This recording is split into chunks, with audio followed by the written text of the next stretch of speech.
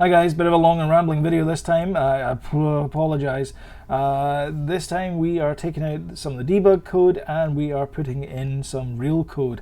So we're going to be hitting, we're going to be sticking, we're going to be generally getting a game ready. So yeah, stay tuned. It all starts after the fade. Okay, so here's our cards and they get removed from the deck and you can see that deck is getting depleted. So what we're going to do today is we're actually going to start on the actual Blackjack game itself. So in order to do that we need to save this scene as something else. So we're going to call it Blackjack game. So that is going to be our Blackjack game there. Our debug dealer has access to the dealer card stack and the player card stack. Now, the dealer card stack is actually the deck. The dealer himself will get his own card stack, and the player has their own stack there. So we're going to make some changes to this. Card stays the same because obviously we need the card prefab. The dealer is actually going to get some more logic in here. He's going to get some logic to decide how he's going to play the game. So yeah, let's get started. Okay, so first things first, we're going to create a new game object. So you can either do game create empty or just do Control Shift N, and we're going to call this game controller. And the game controller is going to have access to the player and to the dealer. Now, the dealer currently has is game deck set to be true. So what we're going to do is we're going to make a copy of this and we are going to call this the deck. And we're going to go back to dealer. So we created a copy of our current dealer. We're going to go back to dealer and we're going to uncheck is game deck. So we now are going to go to our game controller, and down in scripts we're going to create a new script called game controller. Now this is all one word. Don't put spaces in your C# files, and double click that to open it up. And it'll take a couple of seconds to open. Okay, here we go. So we are going to have, let's go back here. So our deck has a card stack attached to it, our dealer has a card stack attached to it, and our player also has a card stack attached to it. So we are going to create three public fields that are called card stack that we're going to reference inside this class. Now, the great thing about writing your own games is you make your own rules, you decide how things interact, and sometimes, especially when it gets towards the end of production, you can do things that are less than elegant, shall we say. So we're not going to do that right now. We're going to try and do the right thing. So the right thing here is we have an overall game controller class that we're going to use to manipulate the other objects in the scene. So card stack player, public card stack dealer, public card stack deck. Okay, so that's our three properties here. So when we run this, when we compile this and click on game controller, we will add the game component and it will be game controller. And you'll see that we have player, dealer, and deck, and all we do is we drag across those values. So we drag across our object player, and we drag across our dealer, and we drag across our deck. So we can get rid of our debug dealer now. We don't need him.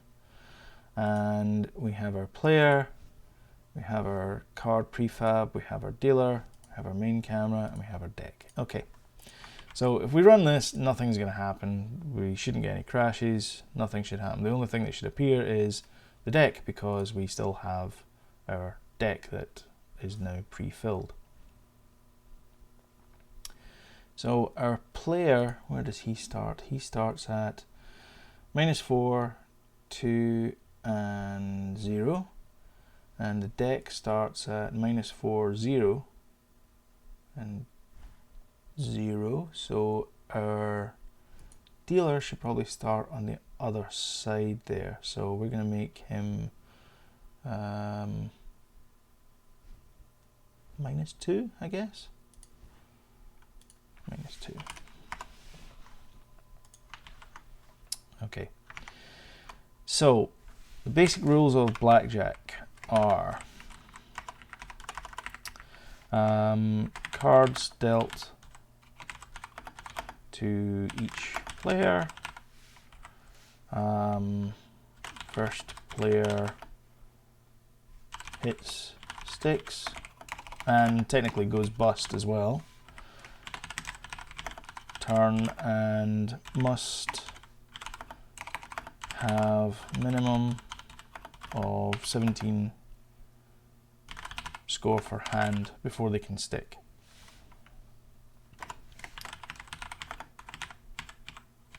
And so the dealer's cards, first card is hidden,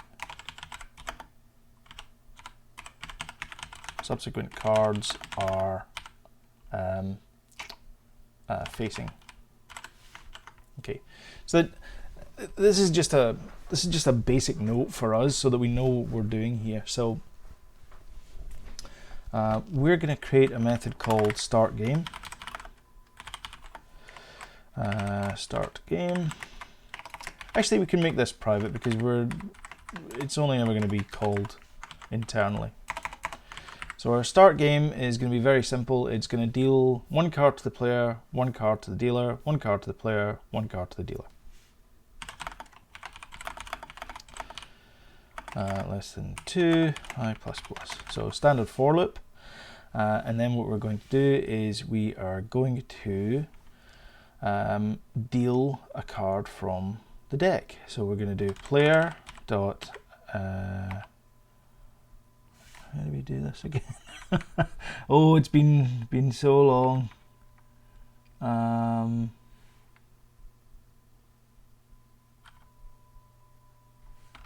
Push, that's it.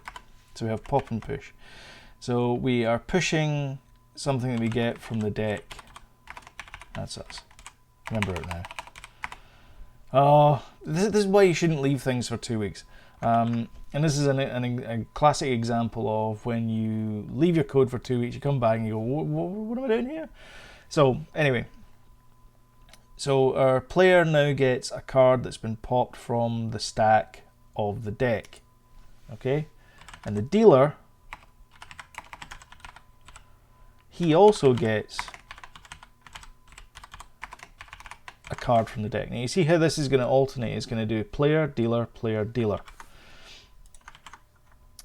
And inside our start method, so these are actually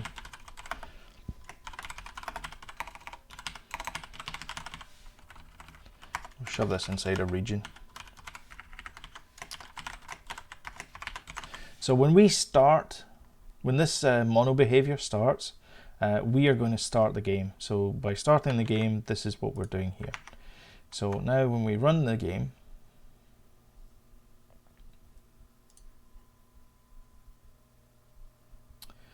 we get nothing. Why do we get nothing? Okay. Do we get any errors? Yes, we do. Null reference, card stack. Oh, okay. And I'm guessing it's because start has not been called, which is this down here.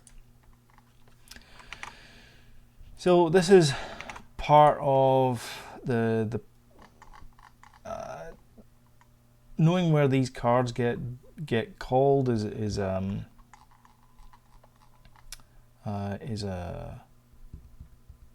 tricky one. So there's a couple of ways we can do it. We can change the card stack from being the start method to being the awake method. Now this will force the cards to get created before start methods get called, because of the order that scripts are executed. It's awake and then start. So that'll fix it. The other way to do it is you can have a Boolean value that says it's ready, and then in your other, like in our game controller class, we can then create a coroutine to check that is ready statement, and then once it's ready, then we can start dealing cards. But we'll leave it just as the awake method now, so hopefully we won't get any issues with this now. So when we run it, there we go. So you see that we get our, woohoo, oh, we're winning. That's a good hand. Wow. You'll see that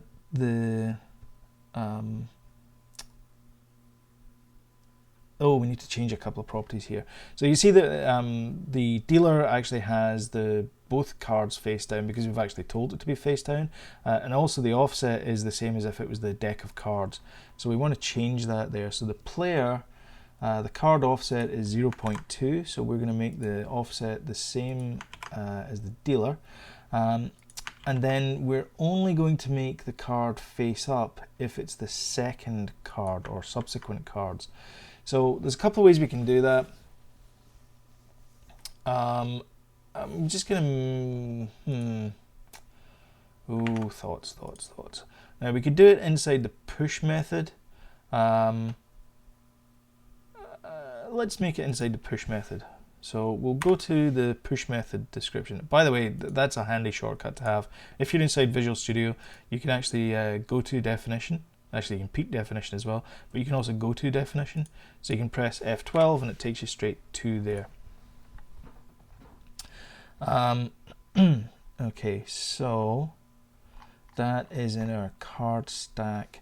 So that doesn't really help us because it's only in the view that we are flipping that card over.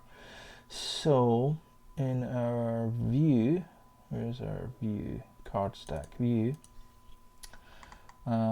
we check to see whether it is face up or not. I think we're going to have to add some more code here, because our card stack, so in our updates, when we add a card, where does add a card get called from? Oh, I hate doing that. Okay, so if we do find all references, so it gets called from here, so that's our show cards. So it gets added at that point there, and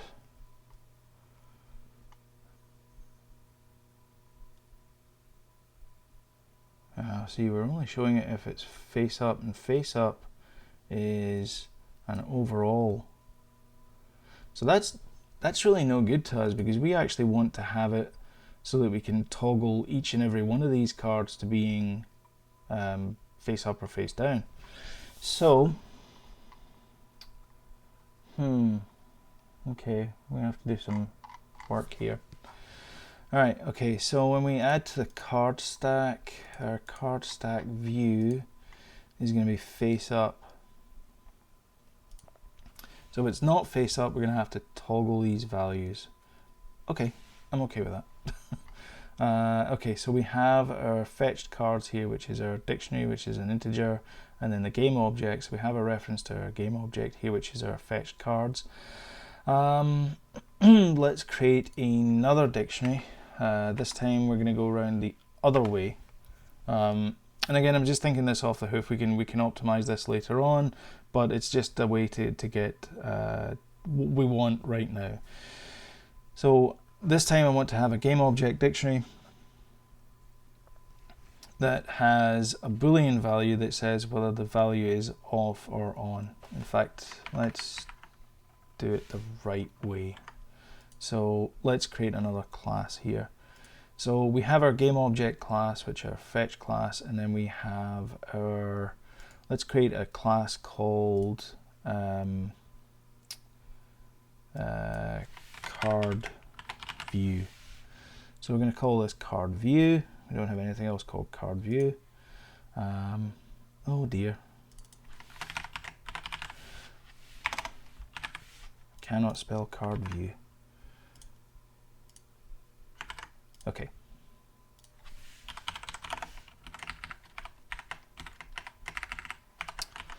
And it's simple. We're going to have public game object. We'll call this card.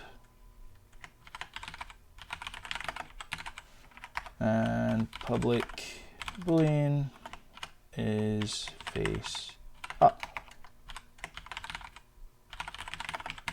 No, we want that to be set.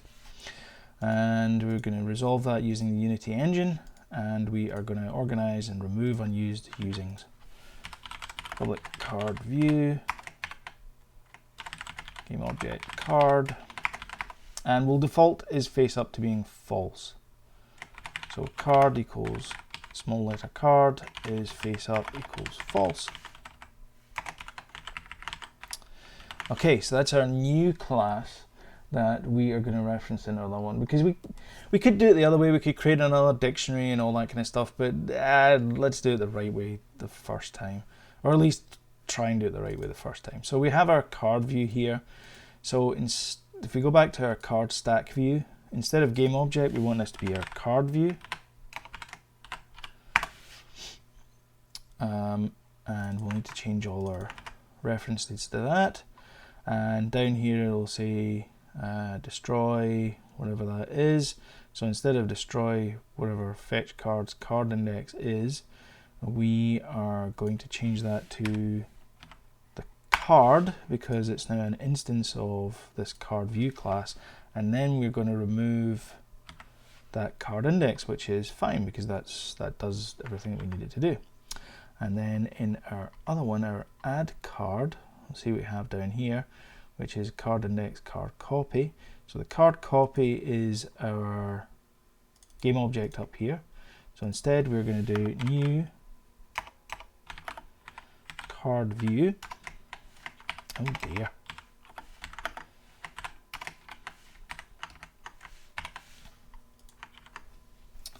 Okay. So now we are going to say if it's face up, we'll leave it at that, that's fine. Else card model dot toggle face. Oh no, sorry, I'm in the wrong place.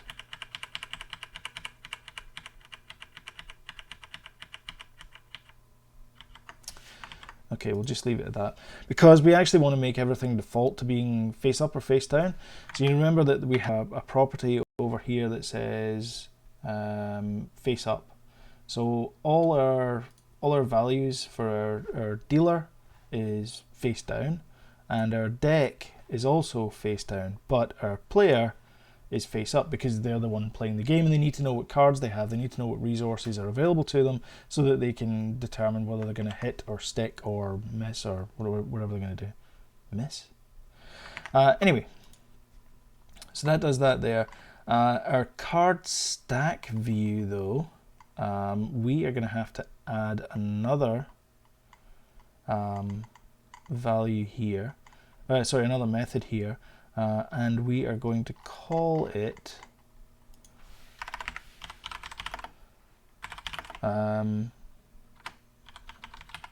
toggle, and we're going to take in an integer, which is the card number,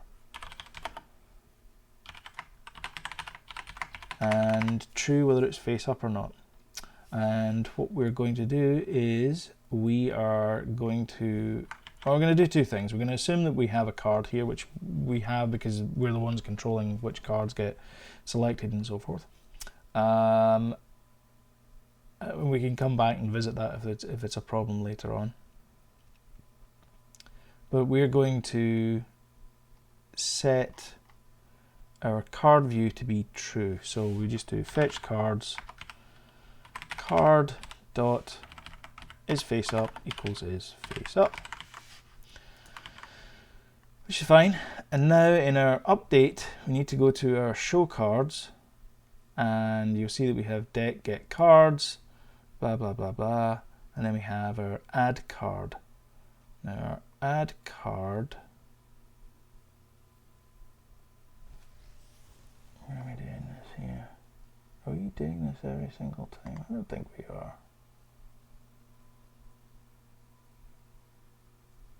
Okay.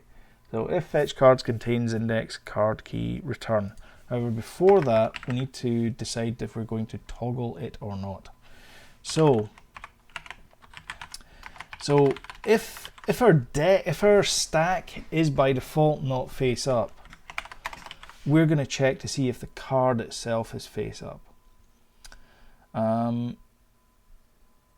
Actually, let's move everything into here, because that way we know that the card contains that value. So we're going to check to see if it's not face up, and then we are going to, where are we down here? We have our card model, So we are going to basically grab this and put it in here, but with a slight difference. So we're going to do card model equals, and then it will be fetch cards card index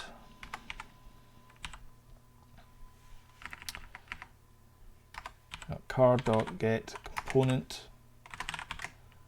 model. So that's our card model for our index there. And then we want to say if model, no, we don't want to do it. We want to do model dot toggle face, and then it is going to be fetch cards card index dot is face up. Okay, with me so far? Okay, so we created a new class called card view, and then we changed our card stack view to, instead of have a game object, we have a card view which now contains the game object and a boolean value that says whether the card is visible or not. Now this will allow us to toggle whether the cards are face up or not. So I am going to go back to my game controller now, and instead of this line here, I am actually going to do something else. Actually, I'm going to check something first. So if I say has cards, oh good, I've got card count here. Okay. So I am going to say void hit dealer. I'm not physically going to hit the dealer. Hit is a term in Blackjack meaning give the player another card. So all I'm going to do is I'm going to put it down in here. Now, and I'm going to change this line around, hit dealer. Now the reason why I'm doing that is because we're going to be hitting the dealer later on. So when the dealer asks for another card, we're going to hit the dealer. So what I want to do is I want to take this card index, card equals that, and I want to add it to the card there. And I want to say if dealer card count is greater than or equal to 2, I now want to tell the card stack view of that game object that I want to show that I want to toggle the card that I just pushed onto there. So the way I do that is I would do get the component from the card stack. So I can do card stack view view equals dealer get component card stack view, and then I do view dot toggle, and then I have my card, which is a card that we just got here, and we want to set that to be true. So this means that every time I hit the dealer, their cards get shown face up, but the first card does not get shown face up. So when we run it, Didn't work. So it didn't work because we got a null reference at card stack view line 20, which is down here. Okay, well, let's fix that then. We have to do some rework inside card stack, because card stack works independently from this, and this doesn't get any cards until we call show cards. See this method down here? And show cards doesn't get called until we do the update, and the update doesn't get called unless last card count is greater than or equal to, or not equal to, the card count, which is not great. So instead of having this code in here, what I'm going to do is I'm going to create two new things. The delegate here, I'm going to rename this as well. So card removed event handler.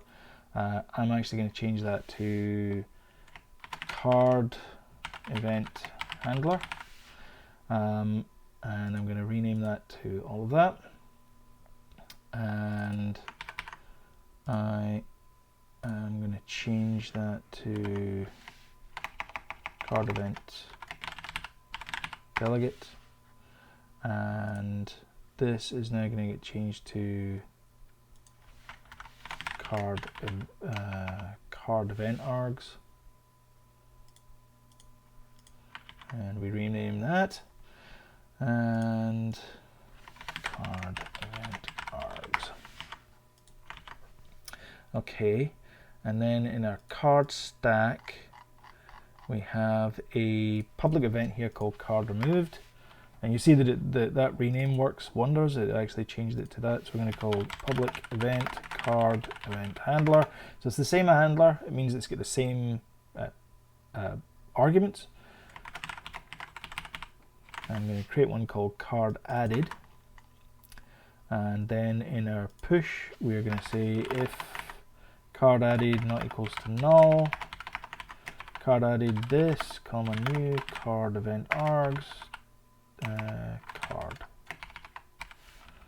So I'm going to add that to there, and then in our card stack view we are going to add an event handler here called deck.card added,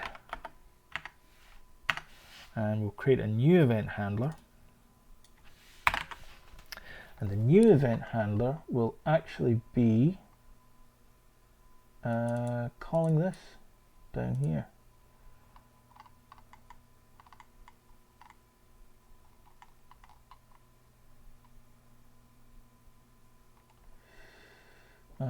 Which will be this one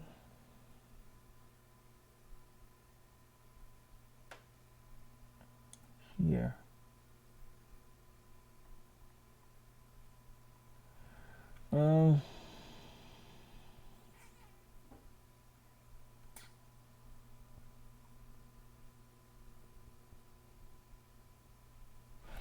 Which we can figure out in just a second.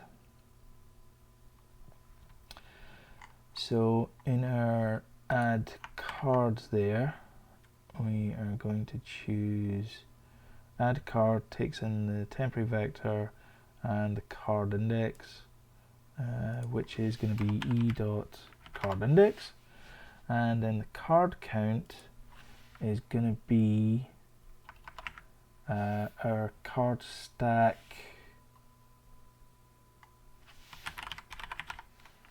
card count here.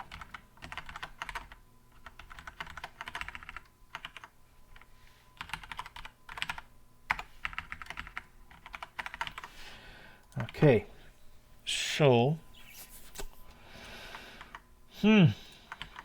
when we add a card, we are going to add a card to the new index, and that should give us less pain. So now what we're going to do is just leave. I'm going to leave our card there.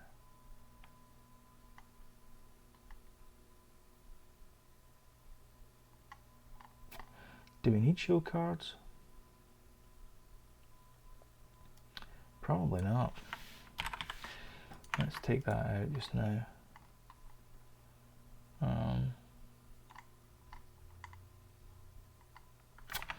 Let's take it out and see what happens. I think it should be fine because we're now adding a card. Our card stack view always has that. We always have because of this require component, we always need a card stack. So I think the card added and the card removed should do everything that update did do. So we'll see what happens. Well, okay, partial success. It didn't crash, which is good, but it also didn't show us our deck, which is bad. So okay, I am going to and also it didn't. Alright, let's debug this first of all. Okay, so let's go to game controller here. So when we hit the dealer, set a breakpoint here. When we hit the dealer,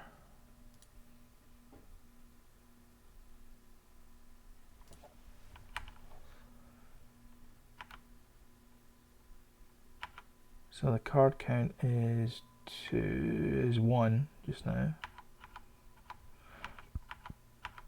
And the second time we come in here, it is that. So we then grab that there, and then we do 11. Ah, so it's setting it, but we're not toggling those values now anymore. Aha! So we still need this. Oops. We still need to show the cards, because we still need this bit here. So we maybe need to do some refactoring in a later playlist episode, webisode, whatever you call it, installment.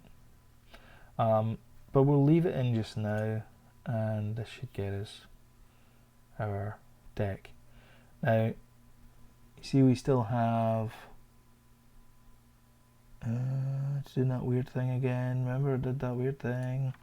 So we need to do it the other way around. So that's our add card there. So if we go to our deck and uncheck that, and then the dealer, uncheck that.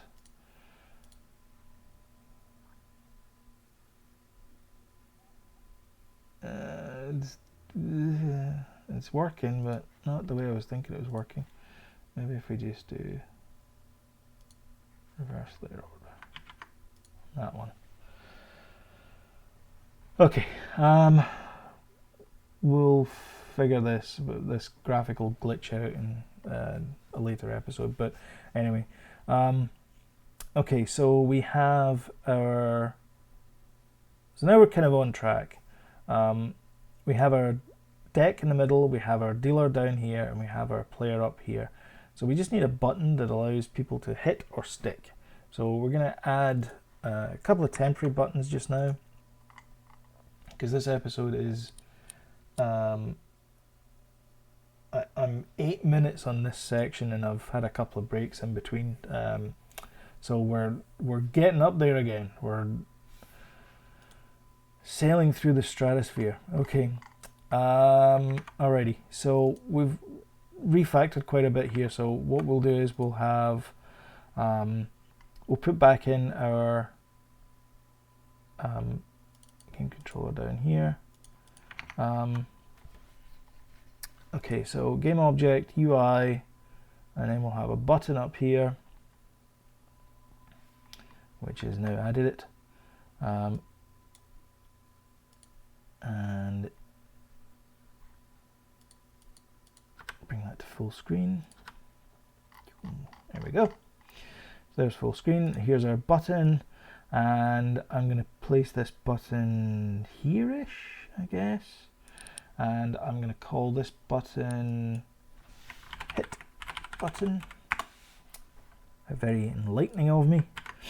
And I'm going to call this button here stick button. Good as any. So our button text is going to be hit, And our button text here is going to be stick. Perfect. So when we run this, hopefully it won't overlap. Good. It's not exactly aligned, but never mind.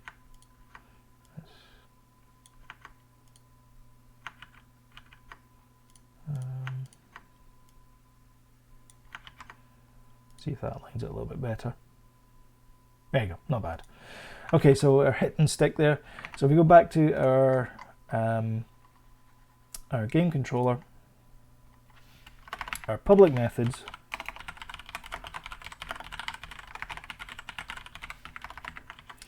are going to be public void hit, public void stick. So our public methods are going to be hit and stick.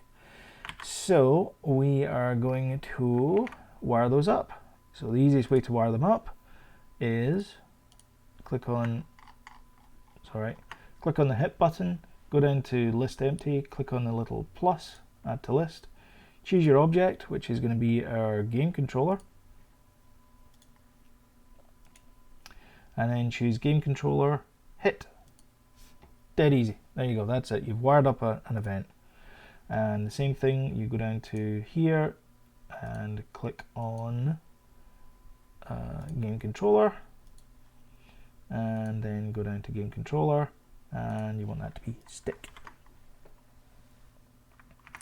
So when we hit, we want to add one to the player's cards, which is dead easy, because all we do is we grab this line here and we paste it in there. And then we have to check to see if they have got bust or whatever. So if player dot card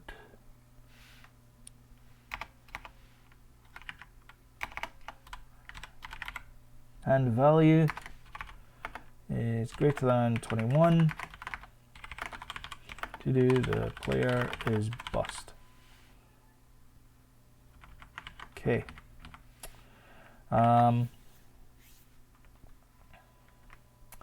And then for stick, to do, we will do the dealer cards in just a second. So I'm just going to make sure this works.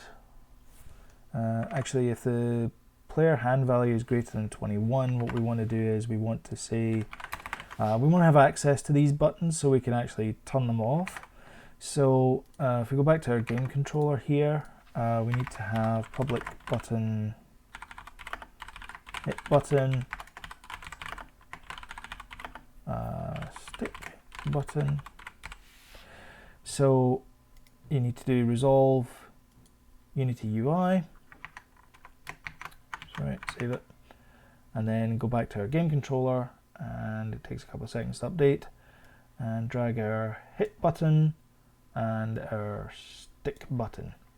Okay, so now in the code we can say the player is bust, so we can do player.enter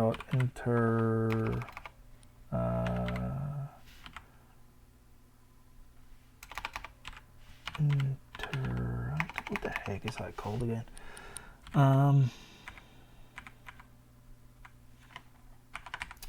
It's hit button anyway.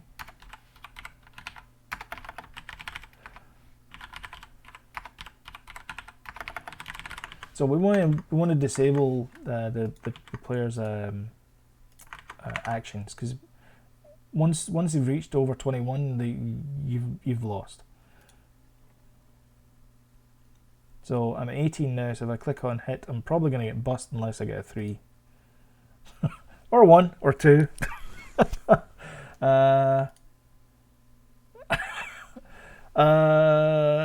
That's amazing. So I now have 21, so the next one is definitely going to bust me.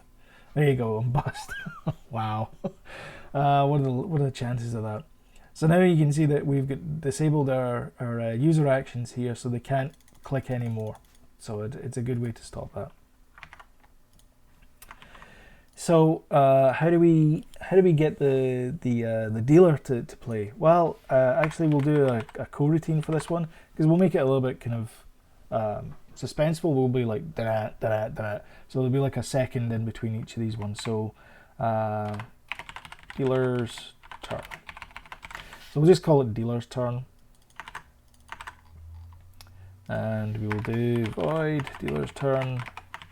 And this will be an enumerator. While dealer hand value is less than 17,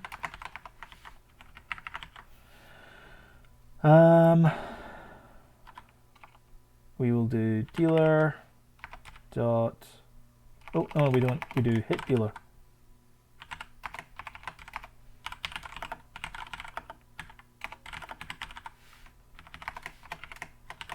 And we'll wait for a second.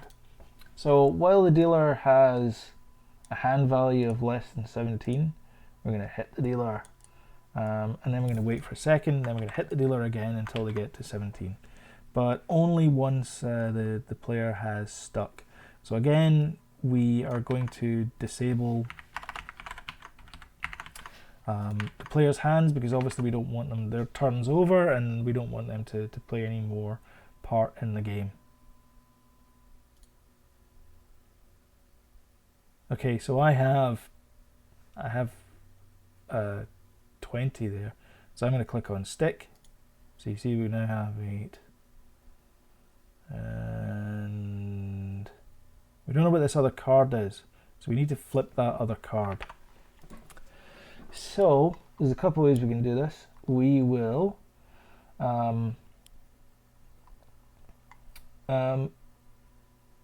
cheat. I think we will cheat.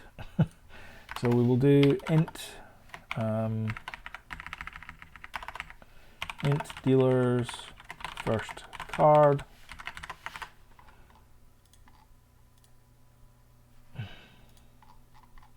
and inside here we will set that to be, I'll set that to be -1 first of all, and then we'll say if dealer's first card is less than 0, dealer's first card equals card. Okay, so we get the value from there, we check to see if dealer's first card is less than 0. If it is, then we assign that new value there, and then we push the value and do whatever we need to do. And then inside our dealer's turn, we are going to toggle that view. So the way we do that is we grab this line up here, and we, instead of saying that, we do dealer's first card, which we've captured earlier on, and then we add the suspense and yield for a second there, and then we go on with our count. So now when we run this excuse me, when we run this, I'm going to do hit, and that's good for me. I've got 17, and then we click on stick. It didn't quite work there. I don't know why it's not doing that. Let's try that again. So the dealer's actually got 17 there. I don't know if you noticed. So try again, and so we get 15. So I will stick.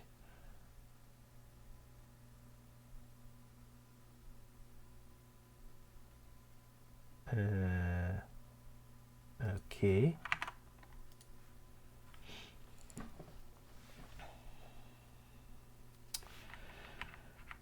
Maybe it doesn't like these.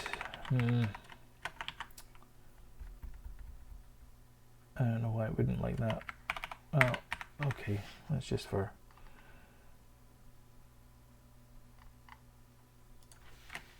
Let's move this up to here, because all we really want to do is just toggle this first card and then show the rest of the cards. I don't really care about style and substance at this point. Just want to get it to work. So I will stick.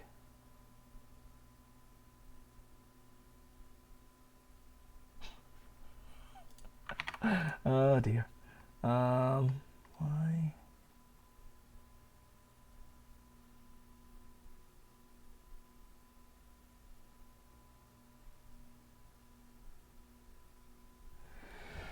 I'm wondering if it's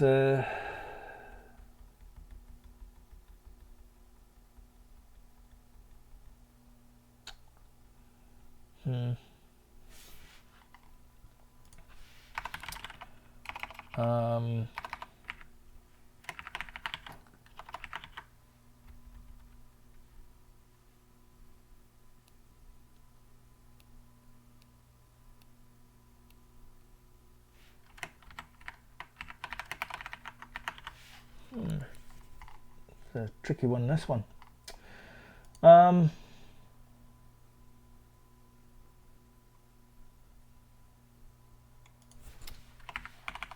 it all started when we put that in there. So let's see if that fixes it. And if it doesn't, we'll leave it to next time because we're at, yikes, 20 minutes for this segment. And we were another 10 minutes at the start. So we're back up to 40 minutes. A lot of rambling. Yeah, that's seems to have done it. So it doesn't seem to like that one there. So let's put that at the end.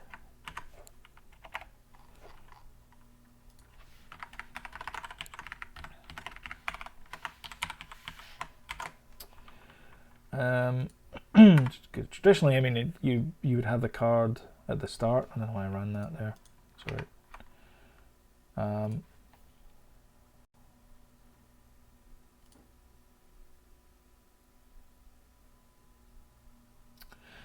Yeah, does not seem to like that. Okay, well, we're going to leave it there anyway, and we'll figure it out next time.